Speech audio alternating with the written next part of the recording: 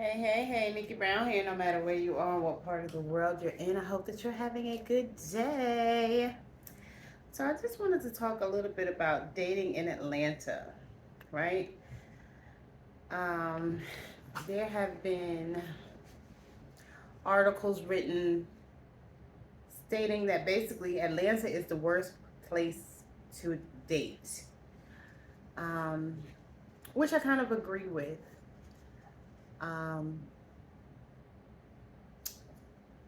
it is rumored, because I don't believe it, that the amount of men outweigh the amount of women, so that makes a lot of men feel free to be sexually free and explore, and then a lot of women are the same way.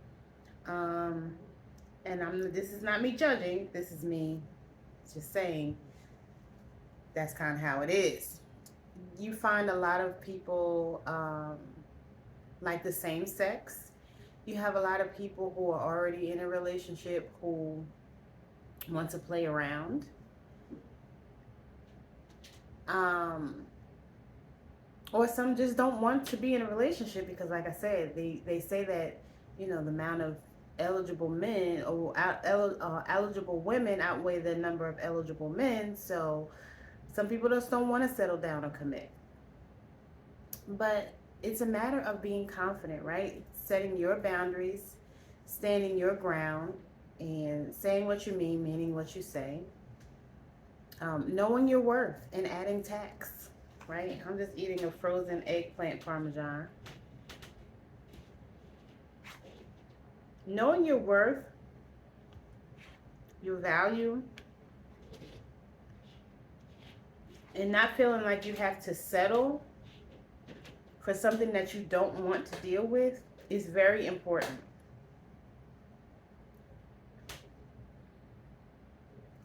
If you don't want to settle and you meet someone and it seems like you're always meeting married women or married men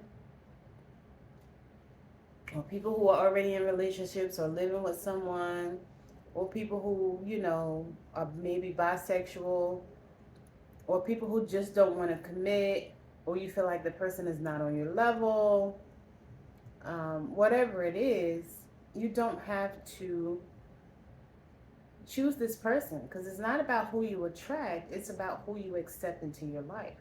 So if you see some red flags or non-negotiable behaviors, as soon as you see them, you're supposed to walk away right then and there and not say, oh, well, maybe this person will change, or maybe my love will make this person want to do right by me or better by me. No.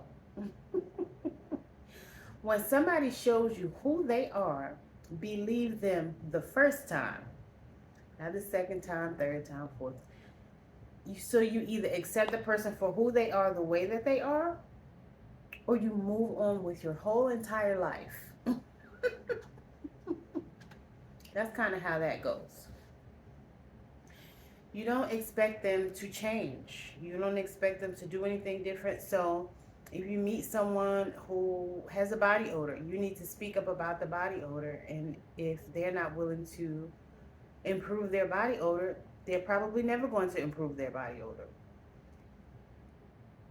This is what I find. If somebody's going to do something different because you ask them to, you have to say that to them, usually before you have sex with that person. Because if you get into a relationship and or have sex with this person assumes that you accept them for who they are, the way that they are, and that you're okay with exactly how they are. So if they're overweight, have a drug problem, have a hygiene problem, have a financial concerns, housing concerns, transportation concern, whatever it is, they're assuming that you're willing to deal with whatever it is, not the potential of what they can become, right? Because it's not about their potential. What do they have right now, and do you accept that person for who they are, the way that they are, knowing and understand that they may never change? Because yes, some people do change. And as women, we can motivate and encourage some men to change. Same thing with men. to make it and motivate and encourage a woman to change or do better, or just change directions, um, to build or grow something better for them as a couple.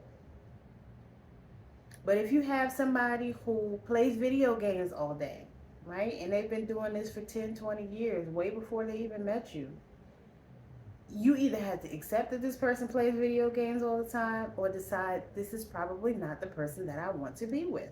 This is not somebody I can see myself spending my life with or building a life with. I know earlier today I saw a couple, and she had a baby in her, the little carrier that you put on your chest. And she had another little one, maybe 5 or 6 years old. And then it was her man, right? And she had to explain to him what was going on as if she was talking to one of the kids. So, like, that's like having another child. And some people are okay with that. Some women like to control their man and tell him what to do because they feel like they'll have a better relationship. They feel like he's so into her or he's so into me that I can get him to do whatever I want him to do. And I don't want to have to worry about him leaving, etc., etc. And that's fine, right? That's fine if you want a more submissive man, right? Some women don't want a submissive man. Some women want a man with a backbone who, respectfully will put his foot down if he needs to, right? And not just be a yes man or even a yes woman. Some people want someone who can speak for themselves, speak their own mind. Some people do not. So if you meet someone and you see that this person needs additional guidance, or as the old folks say, you have to mold him, how much molding are you willing to do? I was talking to someone who does not know how to cook at all, does not clean up, does not, really wash dishes, doesn't even want to walk 10 feet to get ice cream out of the freezer, and you don't even have to make it, right? This, to me, was indicative of someone who's lazy, that I will always have to cook for and clean up after, right? Who's used to everything being done by his mommy. And if a man is a mama's boy, that's fine, if that's something that you can deal with it. But I have seen that become an absolute disaster. So if you're the type of woman who does not mind doing those things, that could be somebody that you potentially get along with very well. But you have to think long term. 10 years from now, do I still want to always cook? Some women will say yes, right? I personally would love someone who also knows how to cook, because I know for a fact I don't always feel like cooking, and I don't always want to eat out. I was in a relationship with someone. I cooked breakfast, lunch, and dinner. And on the rare occasion I would ask for this person to make me something, it was always a big ordeal. And a lot of times it would turn into an argument. And the person would lie and say, well, I don't know how to cook. You do know how to cook because I showed you. Well, I only know how to make breakfast. Then let's eat breakfast for dinner. Or I only know how to make chicken Alfredo. Then make some chicken Alfredo. And this is obviously a time when I was still eating meat, right?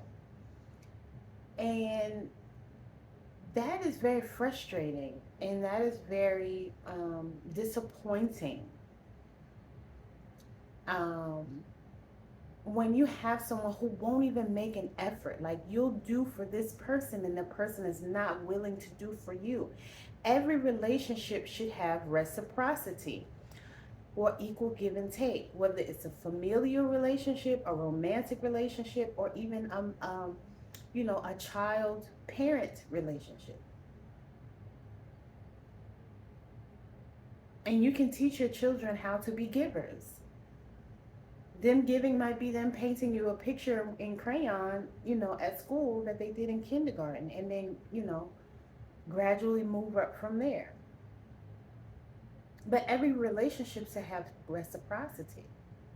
And some people say, oh, it doesn't matter as long as I eat. But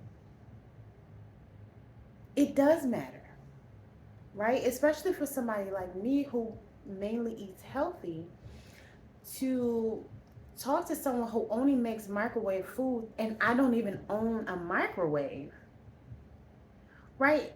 And that's intentional, right? I don't, every now and then I may use the microwave, while I'm at work or something like that, only because that's my only option.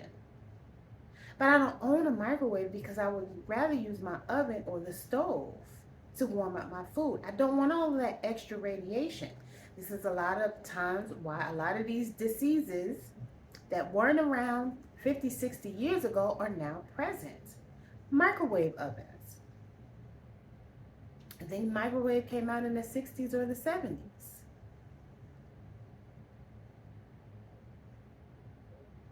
So it's all about lifestyle, right?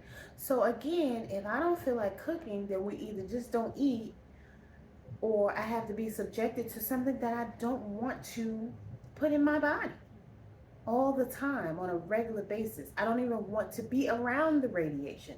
It's bad enough we have TVs and smartphones that emit a high level of radiation and high frequencies that are not good for our internal organs.